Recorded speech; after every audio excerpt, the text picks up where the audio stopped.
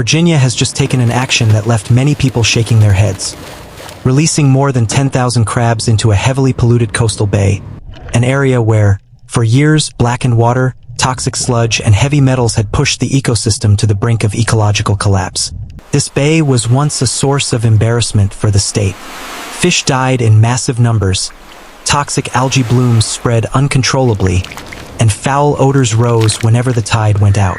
To any ecologist or fisherman, releasing living organisms into such water seemed no different from throwing money and lives into poisonous mud.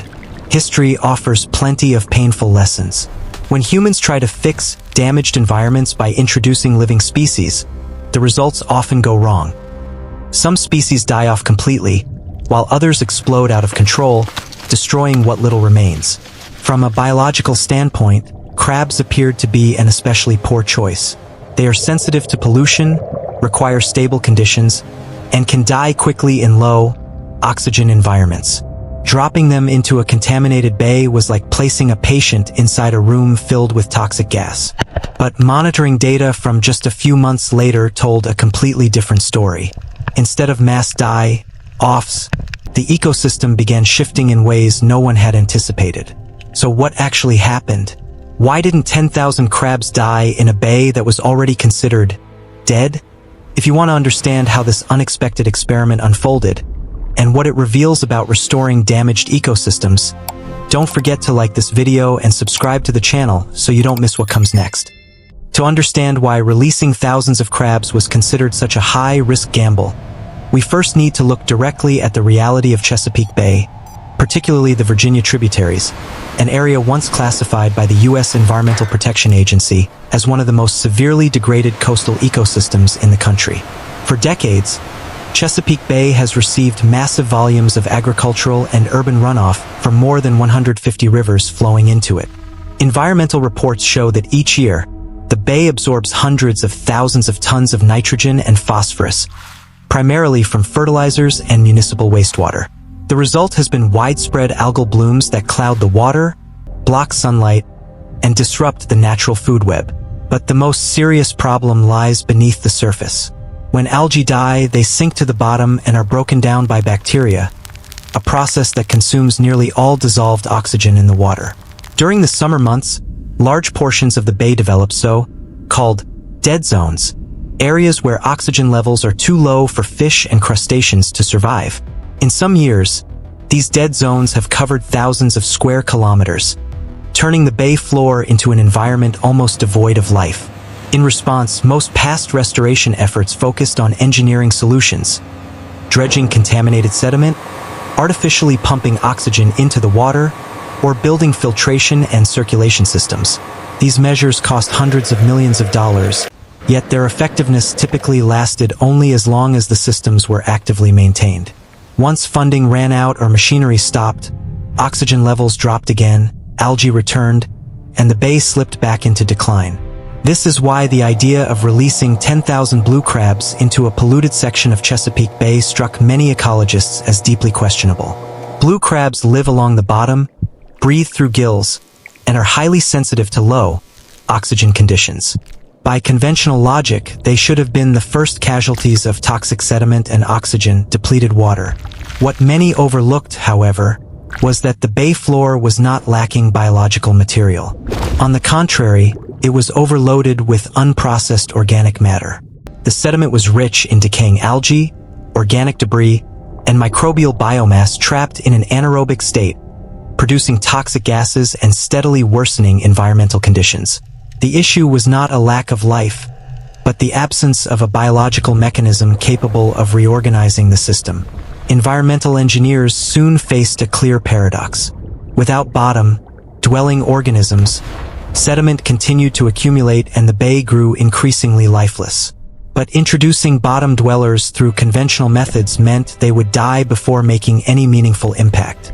Mechanical solutions addressed only the symptoms, while the root of the problem lay buried deep in the sediment. To break this cycle, the system needed a species that could both endure harsh conditions and be aggressive enough to disturb the bay floor, reactivating stalled biological processes. And that is why, despite sounding counterintuitive, crabs became the centerpiece of what many considered a reckless experiment. To understand how this operation works, we must first look at the manufacturing process. These crabs didn't just appear, they were engineered for survival. At the Institute of Marine and Environmental Technology in Baltimore, the process begins in massive saltwater tanks. In the wild, a female crab produces millions of larvae, known as zoe, but the survival rate is less than 0.1%. They are simply too small and weak to survive the ocean's currents. However, in the hatchery, scientists control every variable: temperature, salinity, and lipid-rich feed, boosting survival rates to nearly 30%. These aren't just animals. They are calibrated biological units, raised to the exact size of a fingernail before being deployed. Once released into the bay, these juvenile crabs immediately begin their work. And their target is specific. For years, the seagrass beds of the Chesapeake were being decimated not just by pollution, but by a silent army of marsh periwinkle snails or Literaria irrata.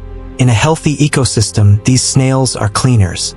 But without predators, their population exploded. They act like locusts chewing razor-thin cuts into the seagrass blades. This doesn't just damage the plant. It allows aggressive fungi to enter the wounds, rotting the seagrass from the inside out. Enter the blue crab, also known as Calanectes sapidus. The moment they hit the bay floor, the Trophic Cascade begins. This is a biological term for a chain reaction triggered from the top of the food chain down. The blue crab is an aggressive, high-metabolism hunter. It relies on chemoreception, essentially smelling in high definition underwater, to locate the snails hiding on the grass stalks. When a crab finds a snail, it engages a mechanical advantage that is terrifyingly efficient. The crab's primary crusher claw can exert pressure of over 90 pounds per square inch psi. To put that in perspective, that is enough force to crack a human finger. Against a snail shell, it is instant destruction. A single mature crab can consume dozens of grazers in a single shift. Multiply that by 10,000, and you have a mass extermination event. The snail population didn't just drop, it crashed.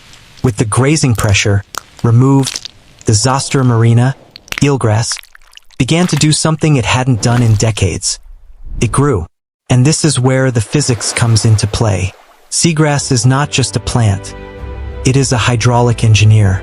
As the blades grow longer and denser, they create physical resistance against the water flow. This friction slows down the current, forcing suspended sediment and mud to drop to the bottom. The water literally clears itself. But the most critical function is the oxygen injection. Through photosynthesis, these recovering meadows act as massive biological pumps. During daylight hours, a healthy acre of seagrass can generate and release thousands of liters of dissolved oxygen directly into the water column. Sensors in the bay began to register dissolved oxygen levels rising above the critical 5 milligrams per liter threshold. The dead zone was no longer dead.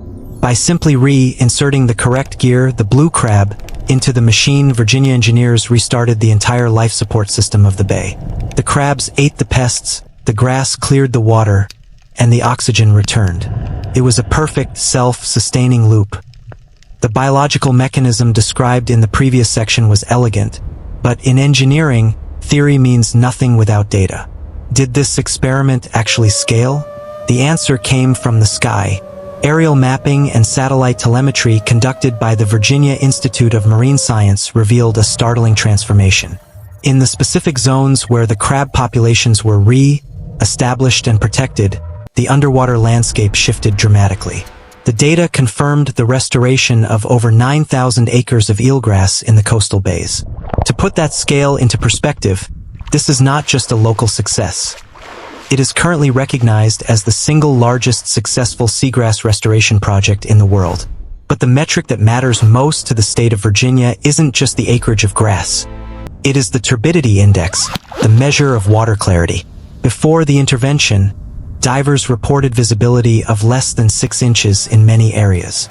Today, thanks to the sediment trapping power of the dense seagrass root systems, visibility has extended to several feet. This isn't just aesthetic. It's functional. Clearer water means more sunlight penetration, which drives more photosynthesis, creating a positive feedback loop that accelerates recovery even faster than the models predicted. Now, let's look at the human dividend, the economic reality. The Chesapeake Bay blue crab fishery is not a hobby. It is a massive industrial engine valued at approximately $240 million annually in dockside value alone. By restoring the seagrass, the state didn't just clean the water, they rebuilt the factory floor. Seagrass beds function as the primary nursery for juvenile blue crabs. Without this cover, baby crabs are defenseless against predators, including other larger crabs. The restoration created a safe zone for millions of juveniles to reach maturity. The harvest numbers reflect this. In recent seasons, despite fluctuations, the density of harvestable crabs in restored areas has shown a resilience that was mathematically impossible in the barren dead zones of the past. And the ROI, return on investment, goes beyond just crabs. This is where we see the ecological multiplier effect. The restored meadows became a magnet for other high-value species. Striped bass, rockfish, and speckled trout, prized by both commercial and recreational anglers, returned to these flats to hunt. This resurgence revitalized the charter fishing and tourism sectors, pumping millions more into local coastal economies. From a civil engineering perspective, the cost-benefit analysis is staggering. To achieve the same level of nitrogen filtration and sediment control using man-made infrastructure, the state would have needed to construct and maintain advanced wastewater treatment upgrades costing billions of dollars. Instead, the blue crab solution utilized a self-repairing, solar-powered biological machine. Furthermore, we must account for blue carbon. These 9,000 acres of seagrass are now sequestering carbon at a rate up to 35 times faster than a tropical rainforest. They are physically locking away tons of carbon into the sediment, acting as a massive, unpaid filtration plant that runs 24/7. The data is irrefutable. The 10,000 crabs released were not just an expense, they were seed capital, and the environment paid back the principal with massive interest. However, an economic engine this powerful attracts greed.